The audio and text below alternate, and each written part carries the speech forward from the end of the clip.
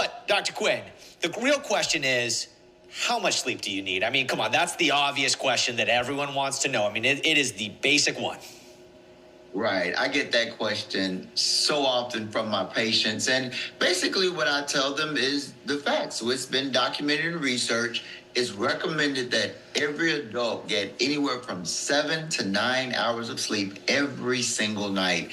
And it's so important that we get that sleep because sleep allows our bodies to just regroup, and it helps our immune system. It helps our blood pressure, our blood glucose, our mental health. But also, it's the quality of sleep that's so important. But that 7 to 9 hours is so important every night.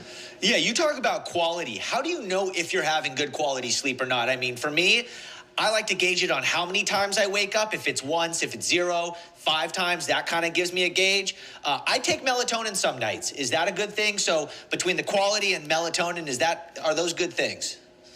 Most definitely. I mean, I take melatonin as well. But the deal is you want to have good sleep hygiene because the quality of sleep depends a lot on, like we said, are you sleeping throughout the night without interruptions, waking up? Are you able to go to sleep at a reasonable amount of time after you lay down? Some people will lay down and they'll lay there for 2 or 3 hours before they actually go to sleep.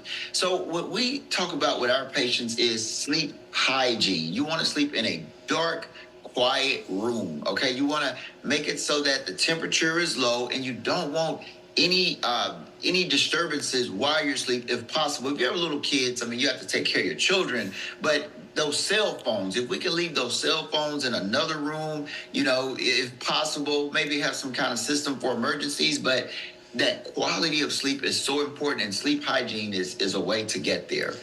So you said something very interesting right there. You talked about having it cool when you sleep. And why is that? Well, your body, when you attempt to go to sleep, if you're very hot, it's harder to go to sleep. I mean, the body is designed. So if it's cooler, you're able to get to sleep faster and stay asleep. It's just the way we're designed.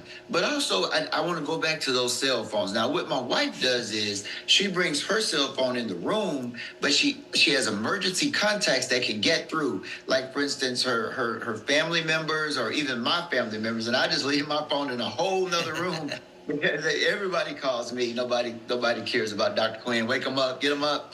But the deal is, if you can really work on your sleep hygiene, and also before you go to bed, you want to have at least 1 hour of just downtime where you're not, doing emails and responding to a lot of people with a lot of stress, social media, maybe read a book, meditate. And that way, when you go to sleep, your mind is more relaxed and you can get that sleep that you so much need.